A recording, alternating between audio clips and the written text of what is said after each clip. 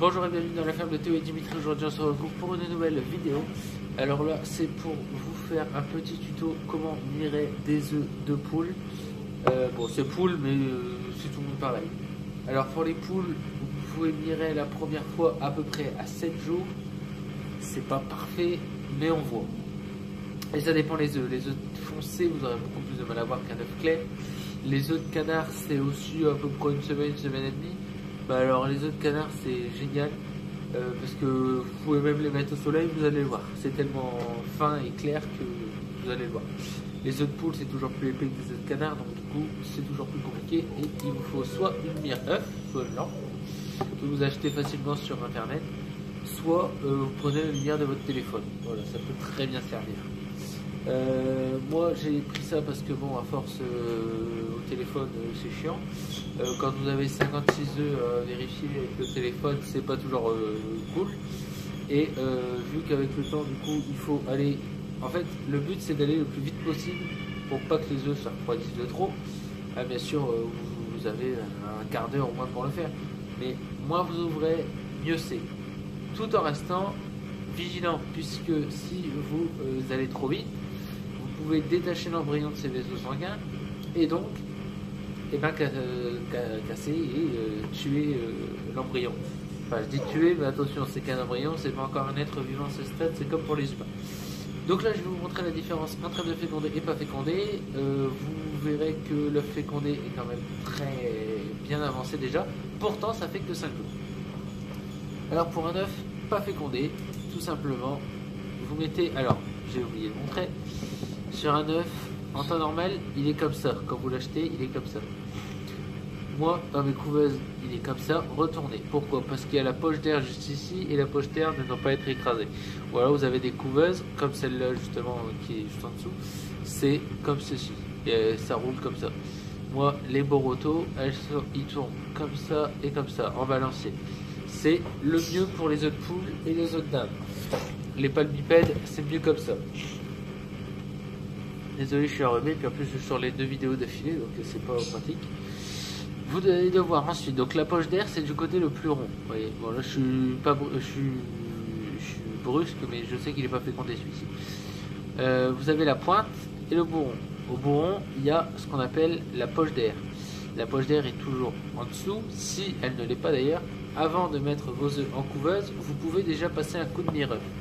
Et vous verrez, parfois, c'est très peu souvent, mais parfois, vous allez pouvoir mirer l'œuf et la poche d'air va se retrouver sur le côté. C'est très rare qu'elle se trouve sur la pointe, mais sur le côté ici.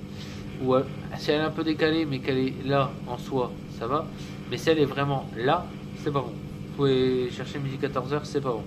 Vous pouvez déjà l'enlever, poussin il n'être pas. Sûr. Voilà. Mais sinon, quand vous voulez mirer, vous mirez sur le côté rond. Alors, le côté rond, il est juste là. Vous prenez l'œuf. Vous pouvez prendre un petit support si vous en avez besoin. Là, j'ai ça. Enfin, moi, je le fais à la main. Ou alors, moi, je laisse même dans la couveuse. Si vous avez comme moi les balanciers, vous pouvez prendre. Alors, le mieux, du coup, c'est une lampe comme ça qui va englober l'œuf comme ceci. Hop, et c'est le mieux à faire. Et comme ça, tac, tac, tac, tac, tac, on passe tout. Et en 3 minutes maximum, c'est fait. Pour 50 œufs, c'est fait. Voilà, donc là vous le posez comme ça, c'est quasiment pareil. Enfin du coup vous voyez, il n'y a rien du tout, c'est totalement clair. Alors bien sûr si vous le faites à 2 jours, l'œuf il sera comme ça. Hein.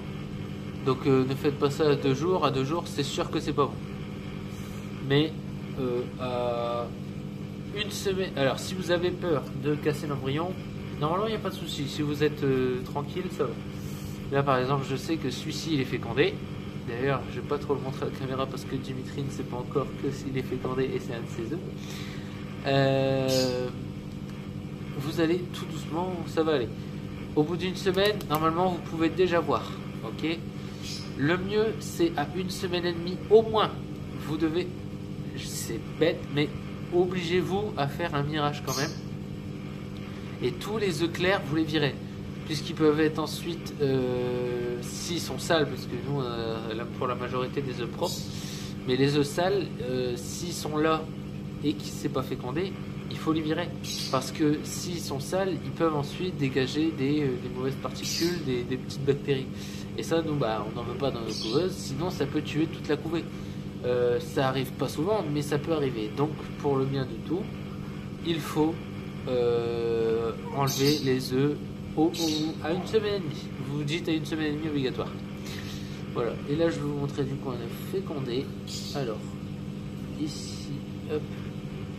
Vous voyez les vaisseaux sanguins juste ici. Alors on voit pas très bien, je suis désolé. Mais il y a les vaisseaux sanguins juste là. Voilà.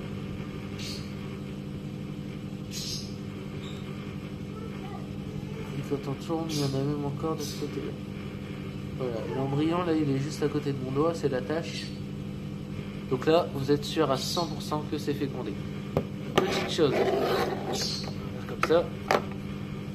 Petite chose, ça peut arrêter en cours de route. Donc il faut faire attention. Il peut des fois y avoir les vaisseaux sanguins en dessous, mais pas au-dessus. C'est-à-dire que vous avez les vaisseaux ici, et là autour de la poche d'air, vous n'avez plus rien. C'est que l'œuf est mort. C'est comme une fausse couche, voilà. Vous pouvez arrêter directement cet œuf-là. Voilà pour le petit tuto comment avoir miré des œufs de poule. Donc ça c'est vraiment pour ceux qui commencent l'élevage. Hein. Si vous savez le faire, bon, normalement tout éleveur sait le faire. Enfin si vous commencez, voilà comment il faut faire si vous mettez en couveuse. Désolé, c'est le chien qui win. Et c'est pareil pour tous les œufs en général. Les œufs d'oiseaux, il faut mieux éviter parce que ça casse. Et les parents seront sûrement pas contents. Mais en couveuse comme ça, les œufs d'oie, vous attendez une bonne semaine et demie, 2 semaines. Les œufs de dinde, une semaine, ça peut se voir sur les œufs plutôt clairs, par exemple des dindes royales. Les dindes en noir en général et rousses, surtout les rousses, c'est compliqué à voir parce que les taches sont plus foncées, la coquille plus épaisse. Donc du coup, vous avez un peu plus de mal à voir, vaut mieux attendre encore un petit peu. Et les œufs de poule, normalement, une semaine, c'est bon. À 7 jours, c'est bon. Et voilà. Et vous pouvez faire un deuxième mirage à 15 jours et à 18 jours. Pourquoi? Parce que à 15 jours, bon bah ça refait une semaine. Et vous revoyez s'il y a des œufs qui sont pas bons, tout ça. Et pourquoi à 18 jours? Parce qu'une couvée de poule, c'est 21 jours. Que 3 jours avant, vous allez passer les œufs de retournement au mode éclosion. Et du coup, vous pouvez profiter ce jour-là pour remirer une dernière fois avant l'éclosion. Voilà. Pour dire de fermer définitivement après et laisser tout le monde. Voilà pour moi, c'est la fin de la vidéo. J'espère qu'elle vous aura plu. N'hésitez pas à liker, partager et à vous abonner, à nous rejoindre sur nos réseaux sociaux Facebook, TikTok et Instagram, La Ferme de Tout et Dimitri pour tout. Je vous mets ça encore en description, pardon. Si vous avez d'autres choses qu'on peut vous apprendre, mettez-le en commentaire, on ne sait jamais si on peut apprendre quelque chose. Et voilà, à la prochaine, salut!